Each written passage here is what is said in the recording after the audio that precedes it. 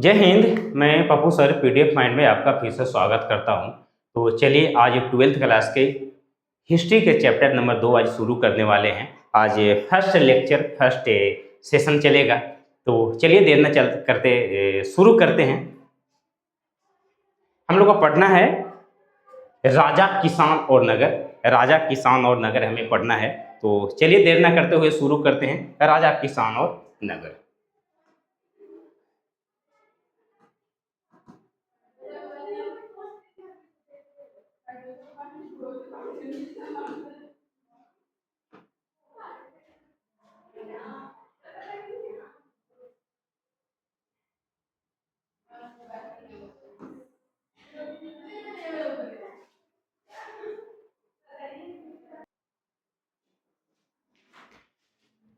तो चलिए शुरू करते हैं आज का पहला सेशन। हम लोग को पढ़ना है राजा, किसान और हम लोग के आज का जो सेशन चलेगा राजा, किसान और नगर। राजा, किसान और नगर। राजा, किसान और नगर ये जो चैप्टर है पूरी तरह से वैदिक सभ्यता पर आधारित है। जो हम लोग को पढ़ना है मगध साम्राज्य के बारे में पढ़ना है। जो 16 महाजनपदों में जो सबसे शक्तिशाली महाजनपद जो हुआ था वो सबसे शक्तिशाली महाजनपद में एक जनपद जो था वो मगध था। एक पूरी की पूरी चैप्टर में हम लोग को मगध के बारे में जानकारी हासिल करना है, मगध के बारे में पढ़ना है। तो राजा, किसान और नगर आज हम लोग का पहला सेशन जो चलेगा वो चलेगा राजा, किसान और नगर के बारे में। राजा, किसान और नगर में हम लोग को क्या पढ़ना है, क्या जानकारियां हासिल करना है। तो अगर हम छोटी सी एक लाइन में बात बताएं तो ये पूरी की पूरी चैप्टर में ये चीजें पढ़ना है कि जैसे ही हड़प्पा सभ्यता का विकास हुआ था, हड़प्पा सभ्यता के बाद जो सभ्यता विकसित भारत में हुई वो वैदिक सभ्यता विकसित हुई थी। कौन सी सभ्यता विकसित हुई? वैदिक सभ्यता विकसित हुई थी। हम कहेंगे कि हड़प्पा सभ्यता की जो समय था वो था 2600 बीसी से 1900 बीसी तक। हड़प्पा सभ्यता का समय कब से कब तक था? तो 2600 बीसी से 1900 बीसी तक हड़प्पा सभ्यता का समय काल था। हड़प्पा सभ्यता के बाद जो भारत में सभ्यता विकसित हुई उस सभ्यता को कहा गया वैदिक सभ्यता। कौन सी सभ्यता? वैदिक सभ्यता कहा गया। अबे वही वैदिक सभ्यता है जिसमें वैदिक सभ्यता में महाजनपदों का खोज किया गया था। 16 महाजनपद भारत में विकसित था। कुछ महाजनपद ऐसी थी जो पाकिस्तान की सीमा में चला गया था, जो अभी वर्तमान अफगानिस्तान के सीमा में, बलूचिस्तान के सीमा में, कुछ पाकिस्तान के सीमा में चला गया है। तो ये जो अफगानिस्तान पाकिस्तान जो था वो पहले भारत का ही हिस्सा था। तो ये वैदिक सभ्यता जो है, वैदिक सभ्यता की जानकारियां हमें वेदों से प्राप्त होता है। तो हम कहते हैं कि हड़प्पा सभ्यता का जो समय था वो 2600 बीसी से 1900 बीसी तक था। और ये वैदिक सभ्यता है, वैदिक सभ्यता का जो समय था वो 1500 बीसी से 600 बीसी तक था। कितना बीसी? वैदिक सभ्यता का समय जो था 1500 बीसी से, बीसी मतलब होता है बैक सेंचुरी, मतलब कि ईसा पूर्व, 1500 ईसा पूर्व से 600 ईसा पूर्व तक वैदिक सभ्यता का समय काम रहा। हड़प्पा सभ्यता जो सबसे पुरानी, भारत की जो सबसे पुरानी सभ्यता है, सबसे पुरानी सभ्यता वो हड़प्पा सभ्यता को ही माना जाता है। और हड़प्पा सभ्यता के बाद जो विकसित हुआ सभ्यता उसको वैदिक सभ्यता कहा गया। याद कीजिएगा, ध्यान से समझिएगा। हड़प्पा सभ्यता के बाद जो सभ्यता भारत में विकसित हुई उस सभ्यता को वैदिक सभ्यता कहा जाता है। वैदिक सभ्यता जो है वो 2 चरणों में विभाजित किया गया। वैदिक सभ्यता को कितने चरण? 2 चरणों में विभाजित किया गया। एक को कहा गया ऋग वैदिक सभ्यता, ऋग वैदिक सभ्यता, और दूसरा को कहा गया उत्तर वैदिक सभ्यता, उत्तर वैदिक सभ्यता। तो वैदिक सभ्यता को कितने भागों में बांटा गया? 2 चरणों में बांटा गया, 2 भागों में विभाजित किया गया वैदिक सभ्यता को, जिसको कहा गया ऋग वैदिक सभ्यता और उत्तर वैदिक सभ्यता। ऋग वैदिक सभ्यता को जो समय था वो 1500 बीसी से 1000 बीसी तक, 1000 बीसी था। ऋग वैदिक सभ्यता का समय कब से कब तक रहा, तो 1500 बीसी से 1000 बीसी तक ये ऋग वैदिक सभ्यता का समय था। और बाकी जो उत्तर वैदिक का कार्य था, वो उत्तर वैदिक का समय जो था वो 1000 बीसी से 600 बीसी तक था। हम बोले कि वैदिक सभ्यता का समय कब से कब तक चला, तो 2600 बीसी से 1900 बीसी तक जो था वो वैदिक सभ्यता चला। अब वैदिक सभ्यता 2 चरणों में बांटा गया। पहली जो चरण हुआ उसको कहा गया ऋग वैदिक सभ्यता, और जो ऋग वैदिक सभ्यता का जो समय था वो 1500 बीसी से 1000 बीसी तक। दूसरी जो था वो उत्तर वैदिक सभ्यता कहलाया, और उत्तर वैदिक सभ्यता का जो समय था वो 1000 बीसी से 600 बीसी तक चला। 1000 बीसी से 600 बीसी तक चला उत्तर वैदिक। अब कहने का मतलब क्या हुआ कि ये जो उत्तर वैदिक ऋग वैदिक सभ्यता में है, वो ऋग वैदिक सभ्यता में ऋग वेद का रचना हुआ, ऋग वेद का रचना हुआ। आपको पता है ना कि वेद कितने प्रकार के होते हैं, तो भारत में जो वेद हैं वो 4 प्रकार के वेद हैं। पहला वेद को कहा गया ऋग वेद, दूसरा वेद को कहा गया सामवेद, तीसरा को कहा गया अथर्ववेद, और जो चौथा जो वेद था उसको कहा गया यजुर्वेद, यजुर्वेद कहा गया। अब वैदिक सभ्यता में जो ऋग वैदिक सभ्यता जो थी, वो ऋग वैदिक सभ्यता में ऋग वैदिक सभ्यता की जानकारी जो है वो ऋग वेद से मिलती है। कहाँ से मिलती है? ऋग वेद से जानकारी मिलती है। किसको? ऋग वैदिक सभ्यता की जानकारी मिलती है। अगर बात करें उत्तर वैदिक सभ्यता की, तो उत्तर वैदिक की सभ्यता जो है वो बाकी तीन वेदों से मिलती है। पहला वेद सामवेद, दूसरा कहा गया अथर्ववेद, और तीसरा को कहा गया यजुर्वेद।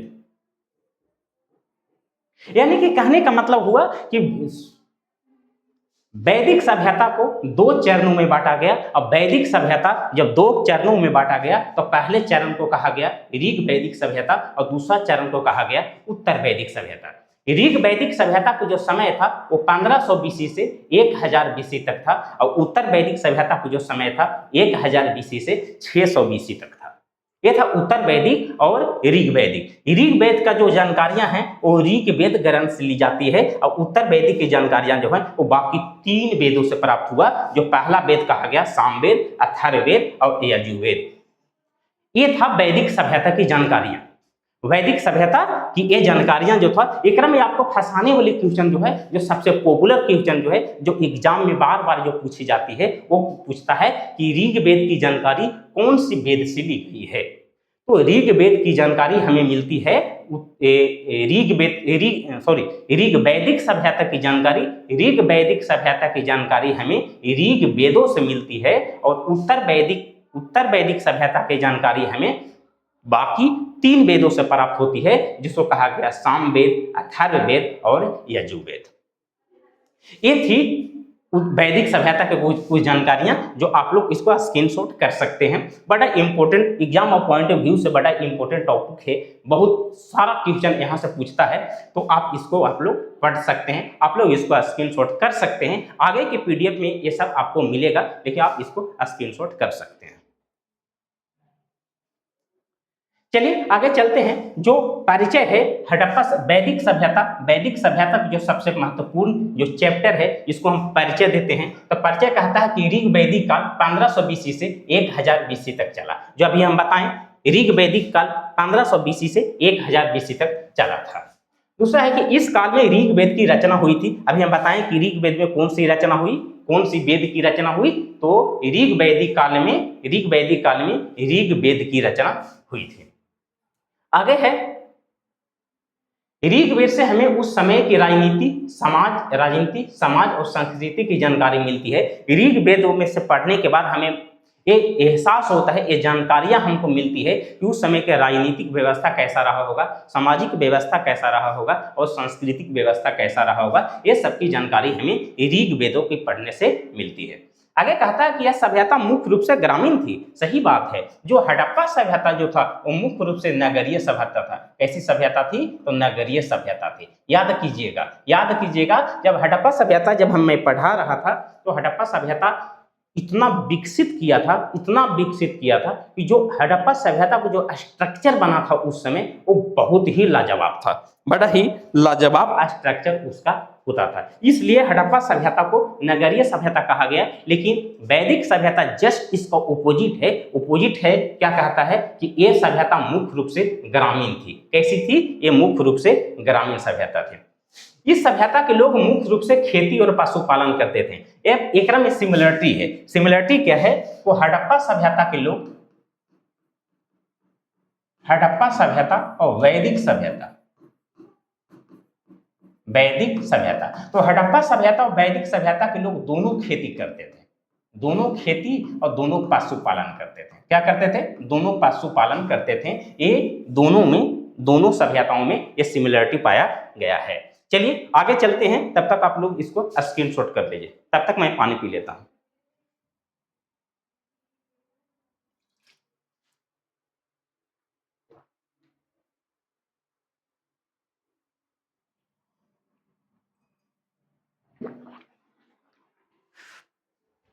चलिए आगे चलते हैं, इसका स्क्रीनशॉट आप लोग रख सकते हैं।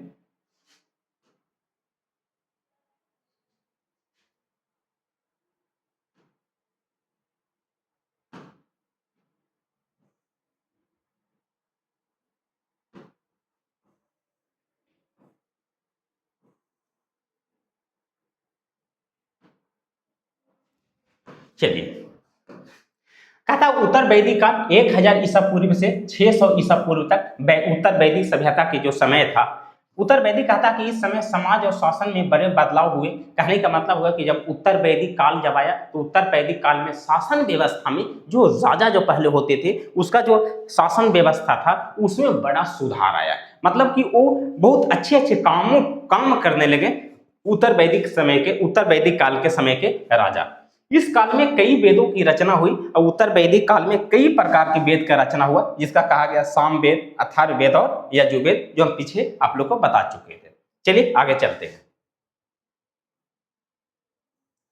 आगे कहता है कि उत्तर वैदिक काल के, अब थोड़ा सा इंपॉर्टेंट जो टॉपिक है उसको याद कीजिएगा। पहला कहता है कि उत्तर वैदिक काल के समय राजा की शक्ति और बढ़ने लगी थी। कहने का मतलब क्या हुआ कि जो पहले का जो राजा था वो राजा और शक्तिशाली हो गया। उत्तर वैदिक काल ये जो पूरा पढ़ने हैं वो उत्तर वैदिक काल पढ़ रहे हैं। उत्तर वैदिक काल हम लोग पढ़ने जा रहे हैं। तो पहले का जो राजा था वो शक्तिशाली होने लगा, उसका जो ताकत है वो ताकत और बढ़ने लगी। जो उत्तर वैदिक काल में जो राजा था वो राजा इतना अच्छा काम करने लगा, अपनी सेना को इतना स्ट्रक्चर मजबूत बनाया, इतना शानदार अपना राज शासन चलाने लगा, तो उसका जो शक्तिशाली दिन पर दिन वो और शक्तिशाली बढ़ने लगा। दिन पर दिन राजाओं का जो ताकत है वो बढ़ने लगा और निरंकुश शासन करने लगा था। लेकिन कहने का मतलब उत्तर वैदिक काल में जब राजा की शक्ति बढ़ने लगा ना, तो जब कहा जाता है कि जब नाश मनुष्य पर छाता है तो पहले विवेक मर जाता है। जब इंसान की जब बर्बादी का समय आता है ना तो उसका दिमाग काम करना लगभग बंद कर देता है। वो कैसे बंद करता है तो ध्यान से सुनिए। कह रहा है कि उत्तर वैदिक काल में जब राजा की शक्ति बढ़ने लगी तो निरंकुश होने लगा। जब राजा की शक्ति बढ़ने लगा, जब राजा शक्तिशाली बनने लगा तो वो निरंकुश होने लगा। निरंकुश कहने का मतलब क्या है कि जिस पर कोई अंकुश नहीं लगाया जाए, जिस पर कोई अंकुश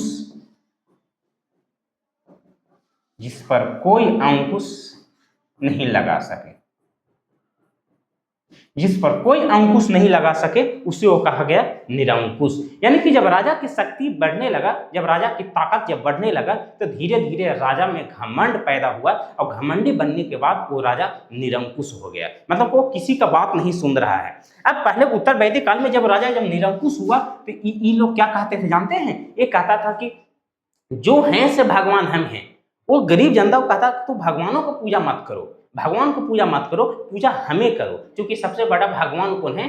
तुम लोग गरीब जनता का लिए सबसे बड़ा भगवान एक राजा होता है, इसलिए तुम लोग भगवान की पूजा ना करो, तुम राजा की पूजा करो, तुम हमको पूजा करो। ये राजा इतना तानाशाह, इतना निरंकुश हो गया था।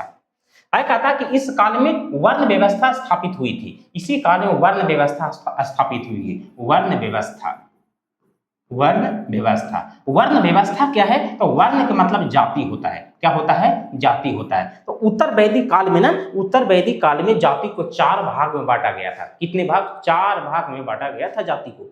अब वो जाति कौन कौन था? तो पहला जाति को कहा गया क्षत्रिय, ब्राह्मण। दूसरी जो जाति था उसको कहा गया क्षत्रिय, और तीसरा जो था उसको कहा गया वैश्य, और जो चौथा जो था वो चौथा को कहा गया शूद्र। 4 प्रकार का वर्ण व्यवस्था था। अब कहा गया कि चारों का जन्म कैसे हुआ और कहां से हुआ? तो चारों का जन्म उत्तर वैदिक काल में चारों वर्ण व्यवस्थाओं का, चारों जातियों का जन्म बताया, और कहा गया कि ब्रह्मा के मुंह से पैदा हुआ। किसको से? ब्रह्मा के मुख से। ब्रह्मा के मुख से, ये ब्रह्मा के बाजू से, और ये ब्रह्मा के जांघ से, और ये ब्रह्मा के पैर से। अब बताइए कि कहा गया कि ये चारों जाति जो है, वो चारों जाति का जो जन्म है वो ब्रह्मा भगवान जो है ना, ब्रह्मा भगवान, वो ब्रह्मा के शरीर से हुआ है, चारों का। अब ब्रह्मा को कहा गया, ब्राह्मण को कहा गया कि ब्रह्मा का मुंह से निकला, मुंह से पैदा हुआ, वो ब्राह्मण कहलाया। जो क्षत्रिय का बाजू, क्षत्रिय का मतलब होता है राजपूत, ताकतवर इंसान जो युद्ध करता है। क्षत्रिय का काम यही था युद्ध करना। तो जो जिसमें ताकत होगा, जिसमें बाजू में ताकत होगा, वही तो युद्ध करेगा। इसलिए कहा गया कि क्षत्रिय का जो जन्म हुआ वो ब्रह्मा के बाजू से हुआ, इससे हुआ, बाजू से हुआ, क्योंकि बाजू में जिसमें ताकत होता है वही युद्ध करता है, और क्षत्रिय लोग युद्ध करते हैं। दूसरा कहा गया कि वैश्य को जांग से उत्पन्न हुआ, ब्रह्मा जी के जांग से उत्पन्न हुआ, वो कौन कहलाया? वैश्य कहलाया। और जो पैर से हुआ वो शूद्र कहलाया। इसलिए ब्रह्मा को सबसे ऊंची जाति कहा गया। सबसे ऊंची जाति किसे कहा गया? ब्रह्मा को। और शूद्र को सबसे निचली जाति, नीची जाति कहा गया, नीची जाति। अब ऊपरी जाति क्यों कहा गया ब्राह्मण को? कि अब देखिए, ब्राह्मण मुंह से, यानी कि बॉडी के सबसे ऊपरी वाले भाग से जन्म हुआ कौन? ब्राह्मण। अब बॉडी के सबसे निचले वाले भाग यानी कि पैर से जन्म किसका हुआ? तब पैर से जन्म हुआ शूद्र का। किसका हुआ? शूद्र का। तो जो सबसे ऊपर बॉडी के, शरीर के, ब्रह्मा के शरीर के सबसे ऊपर वाला भाग से, जो मुंह से जो पैदा हुआ, वो ब्रह्मा कहलाया, इसलिए सबसे ऊंची जाति कहलाया। समझे? अब ब्रह्मा के बॉडी के सबसे निचले भाग यानी कि पैर से जन्म हुआ शूद्र को, इसलिए शूद्र को सबसे नीची जाति कहा गया। समझ गए? अगर डाउट है तो कमेंट बॉक्स में डाउट कीजिएगा, क्लियर कीजिएगा। अब क्या था कि इन क्षत्रिय, वैश्य और शूद्र तीनों मिलकर किसको सेवा करते थे? तीनों मिलकर ए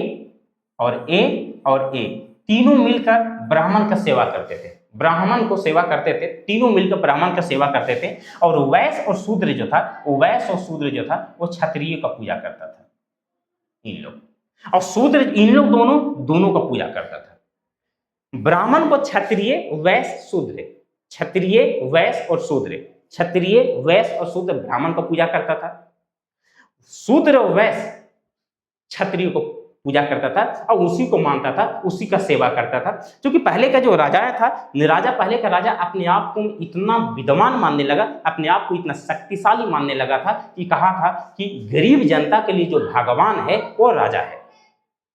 इसलिए इन लोग तीनों मिलकर सेवा किसको किया? ब्राह्मण को सेवा किया। क्षत्रिय ही सेवा करता था ब्राह्मण को, वैश्य ही सेवा करता था ब्राह्मण को, और शूद्र भी सेवा करता था ब्राह्मण को। और इन लोग तीनों मिल करके सेवा करता था ब्राह्मण को, और क्षत्रियों को सेवा वैश्य और शूद्र दोनों मिलकर के क्षत्रिय का सेवा करता था। सबसे इंपॉर्टेंट चीज जो परीक्षा में बार बार फंसाएगा वो ये फंसाएगा कि ब्राह्मण का जन्म ब्रह्मा के किस अंग से हुआ, क्षत्रिय का किस अंग से हुआ, वैश्य का किस अंग से हुआ, और शूद्र का किस अंग से हुआ। जो एग्जाम में जो सबसे ज्यादा क्वेश्चन जो ऑब्जेक्टिव में फंसाता है वो यही फंसाएगा। समझ गए? तो चलिए आगे चलते हैं।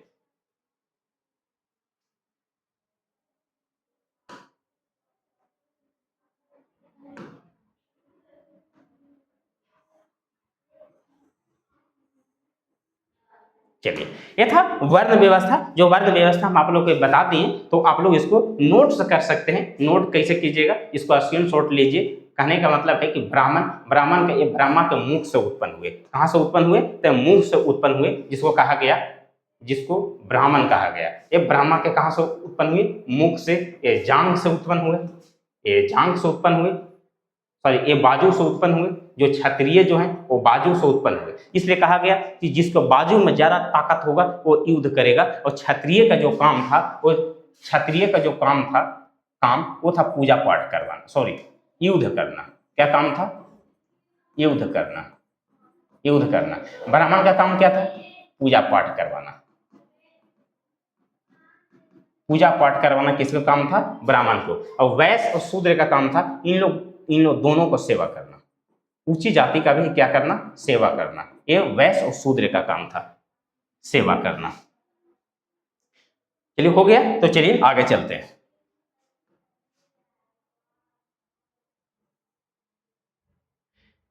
अच्छा, उत्तर वैदिक काल जब 1000 ईसा पूर्व से जब 600 ईसा पूर्व तक जब उत्तर वैदिक काल जब चल रहा था, तो उत्तर वैदिक काल में बड़ा बदलाव आया, बहुत सारा बदलाव आए। और बदलाव क्या है? तो कहा गया कि इस समय भारत में नए धर्म और नए राज्य उभरने लगा। अब उत्तर 600 ईसा पूर्व, अब ध्यान से समझिएगा, जब उत्तर वैदिक काल जब चल रहा था, उत्तर वैदिक काल का जो समय था वो 1000 ईसा पूर्व से 600 ईसा पूर्व तक था, जिसको कहा गया उत्तर वैदिक काल। उत्तर वैदिक काल,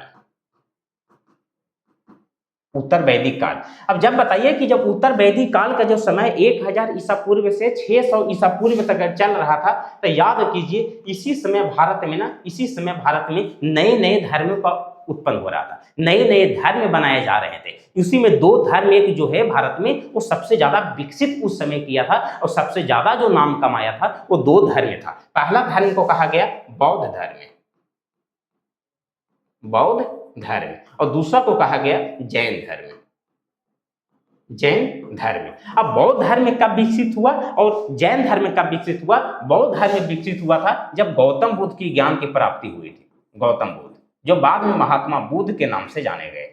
तो बताइए कि 600 ईसा पूर्व के समय ही भारत में एक बड़ा बदलाव आया। अब बड़े बदलाव के साथ साथ नए नए राज उभरने लगा, नए नए राज विकसित होने लगा, और राज विकसित होने के साथ साथ एक नए नए धर्म का विकसित होने लगा, जिसमें में 2 सबसे महत्वपूर्ण धर्म को माना गया, बौद्ध धर्म और जैन धर्म। देखिए इस समय बौद्ध धर्म का उदय हुआ, इस समय जैन धर्म का उदय हुआ, 2 धर्मों का उदय हुआ। इसी समय भारत में 16 महाजनपदों का उदय हुआ। अब यह सबसे इंपॉर्टेंट है, 16 महाजनपद। भारत में 16 महाजनपद था, महाजनपद। और सबसे 16 महाजनपद में जो सबसे शक्तिशाली महाजनपद निकला और सबसे विशाल और सबसे शक्तिशाली जो निकला उसको कहा गया मगध महाजनपद।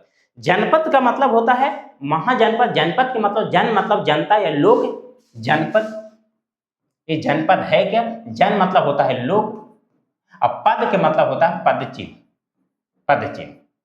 कहने का मतलब हुआ कि जो लोग जिस जगह पर जाकर पहली बार अपना पैर रख देते हैं उसी को जनपद कहा गया, और उस पर जो अधिकार कर लेते हैं उसी को जनपद कहा गया। 16 महाजनपदों में सबसे विशाल और शक्तिशाली मगध महाजनपद था। मगध महाजनपद को सबसे विशाल और सबसे शक्तिशाली महाजनपद माना गया। चलिए समझ गए आ गया, चलिए आगे चलते हैं।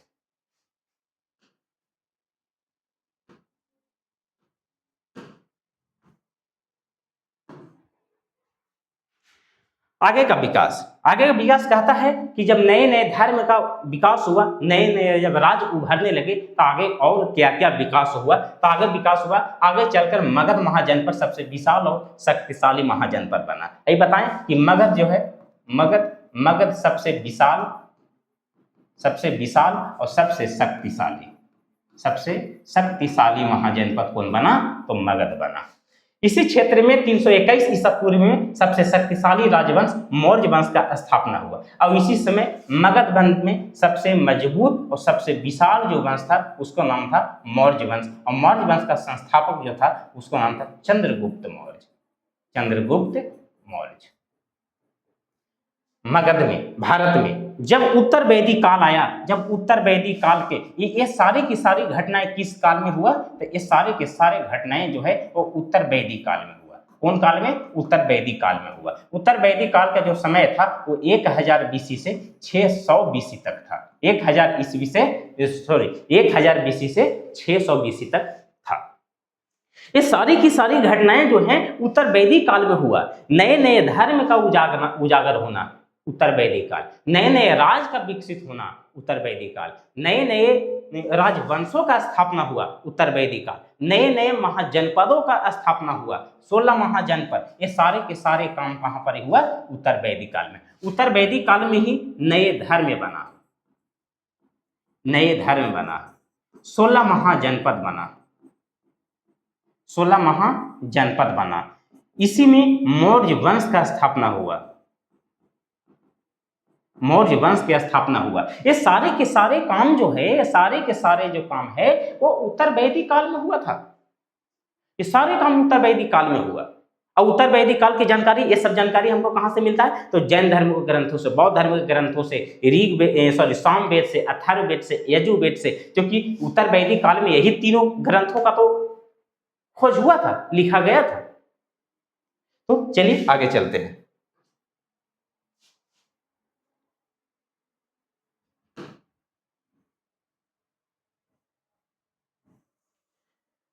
अब आते हैं असली चैप्टर पर। हम लोग अभी जाकर इंटर किए हैं चैप्टर में। अब आगे कहता है वैदिक सभ्यता। वैदिक सभ्यता, सिंधु घाटी सभ्यता के पतन के बाद वैदिक सभ्यता का विकास हुआ। हम बोले कि सिंधु घाटी सभ्यता कब से कब तक था? 2600 बीसी से 1900 बीसी तक, 1900 बीसी तक। वैदिक कालीन सभ्यता एक ग्रामीण सभ्यता थी, ये पहले बता चुके। यह आर्य लोगों द्वारा बनाई गई सभ्यता थी। हाँ, अब ये जो है वैदिक सभ्यता जो है, वैदिक सभ्यता जो है वो आर्य लोगों ने बनाए थे। कौन? आर्य लोगों के द्वारा, आर्य लोगों के द्वारा बनाया गया सभ्यता को कहा गया वैदिक सभ्यता। यह सभ्यता 1500 ईसा पूर्व से 600 ईसा पूर्व तक चली थी, जो हम पहले बता चुके हैं। आप लोग बस इसका नोट्स कीजिए, इसके सारी जानकारी हम पीछे बता चुके हैं, तो इसको आप लोग नोट्स करते जाइए। इस सभ्यता की जानकारी वेदों से प्राप्त होती है, इसलिए इसे वैदिक सभ्यता कहते हैं। सही बात है, वेदों से। अभी वैदिक सभ्यता की जानकारी 4 वेदों से मिलती है। कितने वेद से? 4 वेद से। ये उपाय का है ऋग्वेद,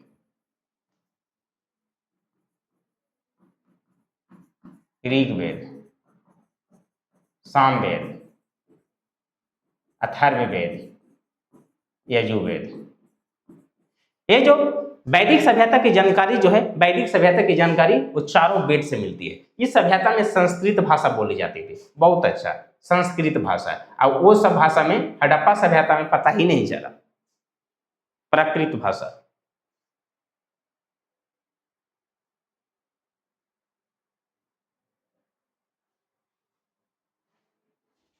चलिए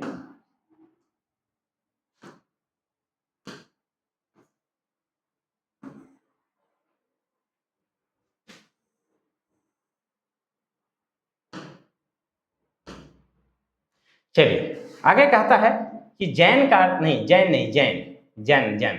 जैन का अर्थ होता है लोग या जनता, और पद का अर्थ होता है पैर या चिन्ह, पैर या पद चिन्ह। जनपद जो है ना, ये जनपद, जनपद। तो जन के मतलब होता है लोग या जनता, या जनता। और पद के मतलब होता है पैर, पैर या पद चिन्ह। यही तो होता है, 2 होता है जनपद का अर्थ। इस प्रकार जनपद का अर्थ होता है जहां लोग रहते हैं या निवास स्थान होता है। जहां लोग, जनपद किसको कहा गया? तो जहां पर लोग पहली बार गए, अब पहली बार जाने के बाद जब पैर रखा, वहां रहने लगा, सब दिन के लिए रहने लगा, उसी को जनपद कहा गया। क्या कहा गया? जनपद। जनपद का मतलब हम समझ सकते हैं अभी के समय में जिला। अभी के समय में अगर हम कहें कि जनपद क्या है, तो अभी के समय में जनपद को हम क्या कह सकते हैं? जिला। और महाजनपद का मतलब हम अभी समझ सकते हैं राज्य। क्या समझ सकते हैं? राज्य। कि मतलब जनपद छोटा हो गया और महाजनपद जनपद से बड़ा हो गया, यानी कि जनपद जिला और महाजनपद राज्य। चलिए आगे चलते हैं।